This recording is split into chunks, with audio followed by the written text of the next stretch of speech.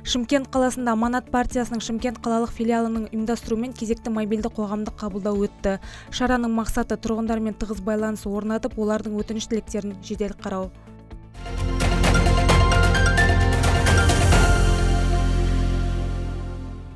Сайрам тұрғын алабының ауыл билері Аманат партиясының мобильді қоғамдық қабылдауына қатысып, жергілікті тұрғындарды толғандырған өзекті мәселелерді көтерді. Олардың айтуынша, партия өкілдері халықпен ашық пікір алмасып, барлық проблемаларды жүйелі түрде шешуге дайын екенін жеткізді. Біздің көшелерде асфальт болып жатыр. Жартысы бітті, жартысы қалды, бірақ жұмыс жүріп жатыр. Освещениелер болған. Жанған жері де бар, қосылмаған жері де бар. Су өзіміздің учаскемізді, кәлен участка деп айтайын, сол көшеде бар, 24 сағат су бар. Кейін тағы не? Кабелдер қойылды, светтер келді, кабелдер келді. Енді жол мәселесі болып жатыр, енді мусор мәселесі сәл не болып тұр. Сайрам бойынша почти 70% жол бітіп қойды, асфальт бойынша. Бір азынтайы қалды, оларды істеліп жатыр. Енді биыл өткенде әкім bilan ұшырасқан кезімізде 100% бітеді, Құда қаласа деп уәдасын берді. Болып жатыр, жұмыс болып жатыр, кетіп жатыр, жұмысшылар істеп жатыр, барлығы болып жатыр. Су мәселесі 24 сағат кетіп тұр, кәленің учаскесі де.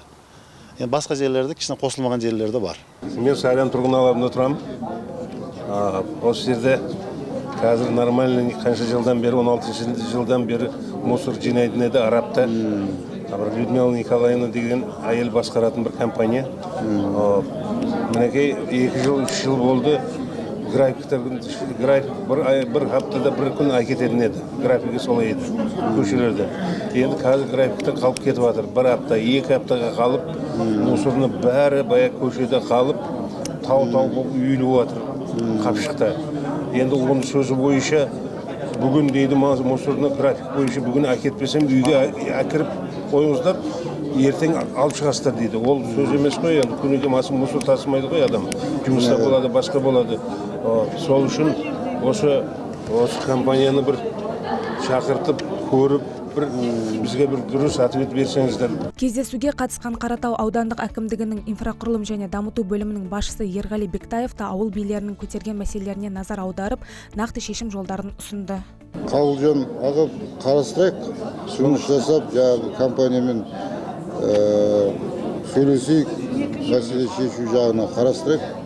Ол болса да болмайды олай жұмыс жасау. Яғни заңды келісімшарт болғаннан кейін әр тарап өзінің келісімшартын орындау керек. Ақшасын бәрін уақытында төлеп жатырмыз. Сіздер жақтың да талап етіңіздер. Бізде жаңағындай аудан әкім аппарат тарапынан да жұмыстар жасап, нәтижесін сізге хабарлаймыз. Рахмет. Телефоныңызды алып қалдым ғой. Күтеміз. Рахмет. Шымкент қаласында Аманат партиясының мобильді қоғамдық қабылдауы жалғасуда. Бүгінгі қабылдау шалғай елді мекендердің бірінде өтіп жатыр.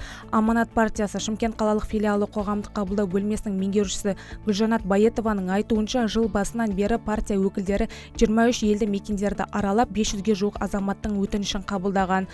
Оның ішінде 46 және 50% өз оң шешімін тапқан. Бүгінгі шалғай елді мекенде мобильді қоғамдық қабылдау жүріп жатыр. Бұл Аманат партиясы құқықтық көмек партиялық жоба аясында өтіп жатыр. Жыл басынан бері біз Шымкент қалалық филиалы 23 елді мекенді, жаңағы шалғай елді мекенді қамтыдық. Оның ішінде 500-ге жуық азаматтық өтініштерін тыңдадық. Және 46-50% оң шешім тауып отыр. Азаматтардың көбінесе келетін мәселелері елді мекендердегі жаңа инфраструктура құрылымы, жайлы орта дамыту бойынша, жол мәселесі бойынша, арасында жұмыс және әлеуметтік қамсыздандыруда шығады. Барлық мәселені біз жазып алып, танысып, мәселемен толық тыңдап, тиісті басқарма немесе мекеме арқылы хаттама толтыра отырып, жолдап, жұмыс жасап отырамыз. Кейбір кездері болады, жаңағы дер кезінде сол уақытта оң шешіліп кеткен мәселелеріміз өте көп. Негізі мобильді қоғамдық қабылдаудың басты мақсаты халықпен тығыз жұмыс жасау. Халық көбінесе біздің жаңағы қалалық филиалымызға келе бермейді. Яғни партияның халыққа өзі шығуы деп жұмыс жасаймыз. Құқықтық көмек партиялық жоба аясында болғандықтан міндетті түрде заңгер мен полиция басқармасы бізбен бірге жүреді қабылдауда. И ол жерде құқықтық сауаттылық арттыру мақсатында көптеген кеңестер беріліп жатады заңгер мен полиция басқармасынан. Қабылдау ай сайын әр ауданда өтіп отырады. Өзіміздің жыл басында бекіткен жоспарымыз бар. Сол жоспарға сай аудандарда шалғай елді мекендерді қамту мақсатында осылай басқармалар, қалалық мәслихат депутаттары және партия заңгерлермен бірге жұмыс жасаудамыз. Тассай елді мекеннің ауыл биі Өндірбайұлы Талдыбек Аманат партиясына алғысын білдірді. Оның айтуынша партия бастамасымен ұйымдастырылған игі істер ауыл тұрғындарының тұрмыс сапасын арттыруға үлкен үлес қосуда. Аманат партиясына мен рахмет айтайын деп тұрмын біріншіден. Осындай жиналыс ұйымдастырып, осындай халыққа қол ұшын беріп атқандарына өте көп рахмет. Осы бір әкімшіліктің несінен нағылмайды. Мына Аманат партиясы бәрі көптеп нағылып, қолдап отырса, жұмыстың бәрі істелінеді. Тассай елді мекенінде қазір почти барлығы істеліп қойды десем де болады, 100%. Қазір енді көш жүре түзеледі дейді. Бәрі түзеліп келе жатыр. Шетінен бәрі істеліп, асфальттанып жатыр.